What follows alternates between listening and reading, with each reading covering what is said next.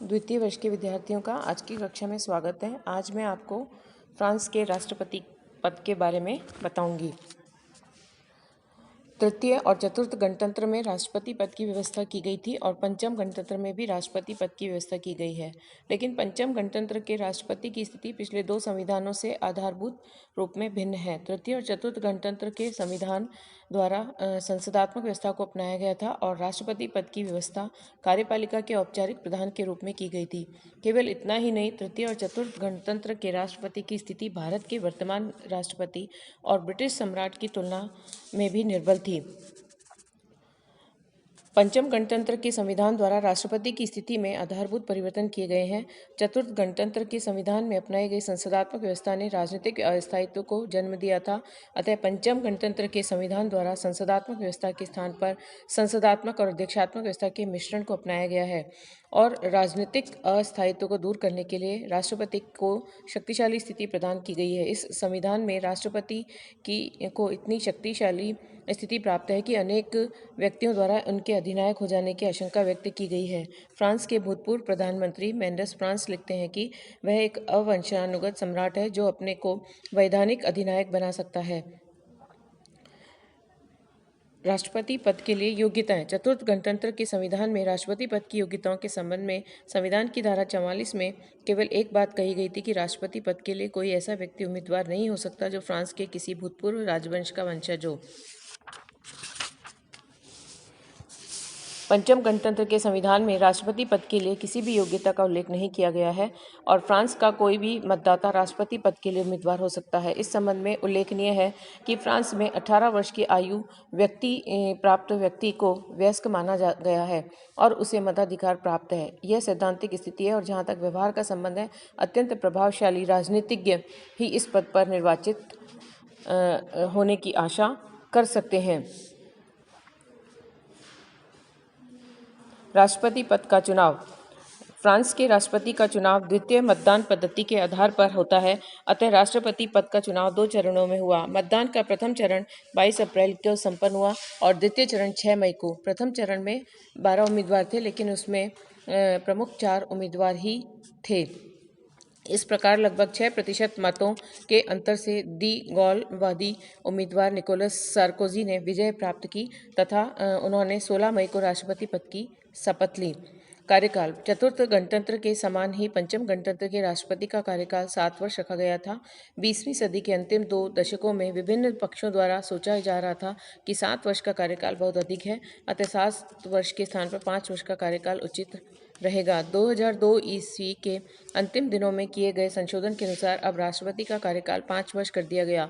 राष्ट्रपति के पुनर्निर्वाचन पर किसी प्रकार का कोई प्रतिबंध नहीं है। फ्रांस में उपराष्ट्रपति पद की व्यवस्था नहीं की गई है तथा यदि राष्ट्रपति का पद आकस्मिक रूप से रिक्त हो जाता है तो अनुच्छेद 11 और अनुच्छेद 12 में वर्णित कर्तव्यों के अतिरिक्त अन्य सभी कर्तव्य अस्थायी रूप से सीनेट के सभापति द्वारा संपादित किए जाएंगे।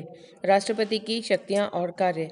तृतीय और चतुर्थ गणतंत्र के संविधान में राष्ट्रपति एक औपचारिक प्रधानमंत्री था, लेकिन पंचम गणतंत्र में राष्ट्रपति को वास्तविक राष्ट्रीय नेता की स्थिति प्रदान की गई है, जिसके अंतर्गत इस प्रकार शक्तियों का हम अध्ययन कर सकते हैं। पहला, कार्यपालिका शक्तियां। संविधान की भाषा की दृष्टि से चतुर्थ गणतंत्र और पंचम गणतंत्र में राष्ट्रपति की कार्यपालिका संबंधी शक्तियां प्राय समान हैं। राज्य के सर्वोत्तम पदाधिकारी के रूप में वह समस्त कार्यपालिका शक्ति का स्रोत है। वह समस्त अवसरों पर राज्य का प्रतिनिधित्व करता है और स्थल, जल और वायु सेना का प्रधान है। इन दोनों संविधानों के राष्ट्रपति की कार्यपालिका शक्तियों की समानता यहीं पर समाप्त हो जाती है। पंचम गणतंत्र में का वास्तविक प्रधान है राष्ट्रपति। पंचम गणतंत्र के संविधान की धारा 8 के अनुसार प्रधानमंत्री की नियुक्ति और मंत्रिमंडल का निर्माण एकमात्र राष्ट्रपति का अधिकार है। प्रधानमंत्री के लिए अब यह आवश्यक नहीं है कि वह अपनी नियुक्ति के पश्चात राष्ट्रीय सभा का विश्वास प्राप्त करे और मंत्रिमंडल के सदस्य संसद के सदस्य नहीं हो सकते हैं। राष्ट्रपति प्रधानमंत्री के चयन में स्वयं को किस सीमा तक स्वतंत्र मानते हैं, यह 1973 के घटनाचक्र से स्पष्ट होता है। राष्ट्रपति न केवल प्रधानमंत्री के चयन वरन प्रधानमंत्री को पदच्युत करने का भी अधिकार रखते हैं।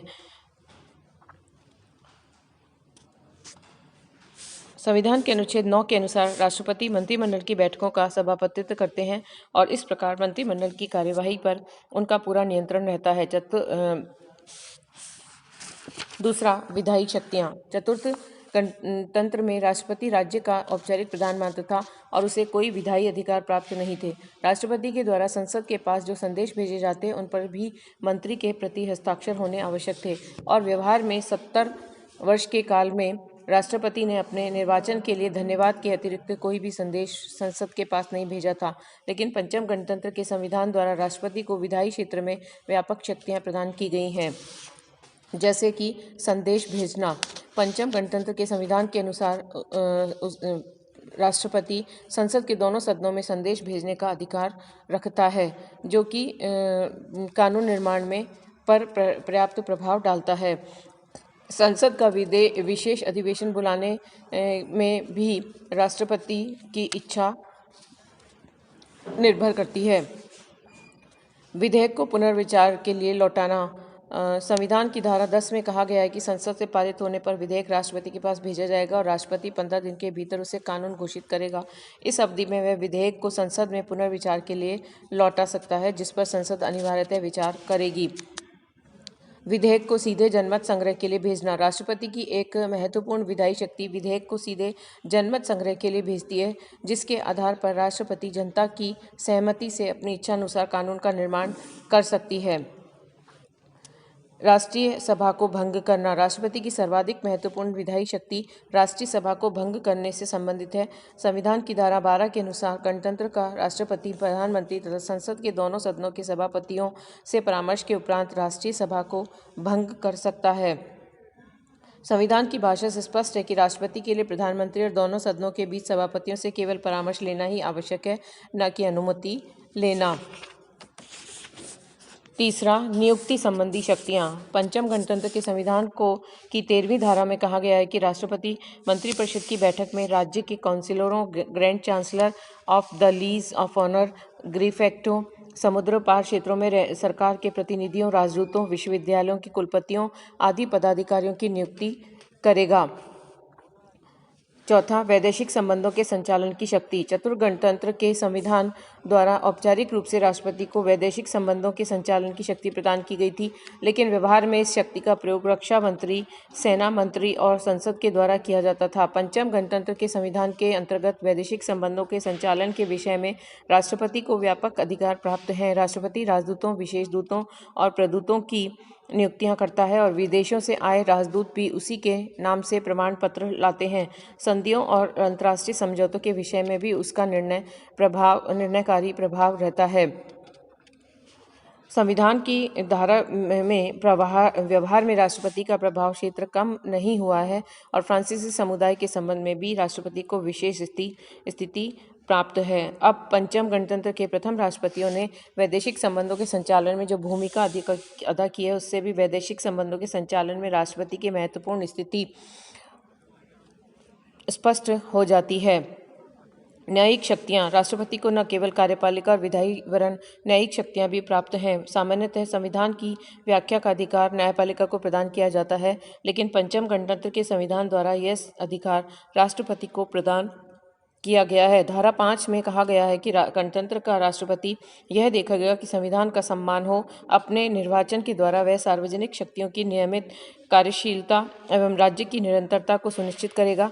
वह देखेगा कि राष्ट्रीय स्वतंत्रता तथा राज्य के क्षेत्र की अखंडता बनी रहे और समुदाय के समझौतों तथा संधियों का सम्मान करे। पंचम गणतंत्र के प्रथम राष्ट्रपति जनरल डी गॉल द्वारा अपनी शक्ति बढ़ाने में संविधान की इस धारा का बहुत अधिक प्रयोग किया गया था।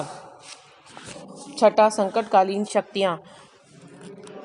पंचम गणतंत्र के संविधान का निर्माण उस समय फ्रांस की स्थिति बहुत अधिक विकट थी, इसलिए संविधान के द्वारा राष्ट्रपति को संकटकालीन शक्तियां प्रदान की गईं। पंचम गणतंत्र के संविधान के संकटकालीन प्रावधानों की सर्वाधिक आलोचना की गई है, क्योंकि इसके अंतर्गत संकट काल की घोषणा के साथ ही संसद का अधिवेशन स्वतः ही प्रारंभ हो जाएगा और संकट काल में राष्ट्रीय सभा भंग नहीं होगी और न संसद की बैठक स्थगित होगी। राष्ट्रपति की कार्यवाही का एक ही उद्देश्य होगा कि यथासंभव कम से कम समय में सामान्य स्थिति स्थापित हो सके।